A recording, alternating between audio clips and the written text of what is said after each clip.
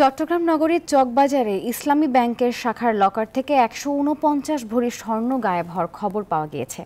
গত ২৯ মে ইসলামী ব্যাংকের চকবাজার শাখায় এই ঘটনা ঘটলেও শনিবার বিষয়টি জানাজানি হয়। সোনার মালিক রোকেয়া বাড়ি, নগরীর চট্টেশ্বরী রোডের বিটিআই বেভারলি হিলসের বাসিন্দা তিনি। নগরীর চকবাজার এলাকার ইসলামী ব্যাংকে গত ২৯ মে লকার খুলে তিনি দেখতে পান সেখানে সংরক্ষিত সোনা নেই।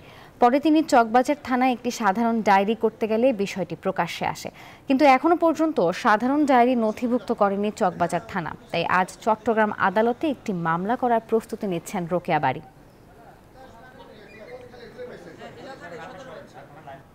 ফিটে হওয়ার মতন উপক্রম চেয়ার একটা ছিল, চেয়ারে বসে হেলান দিয়ে বসেছিলাম 5 মিনিটের মতো।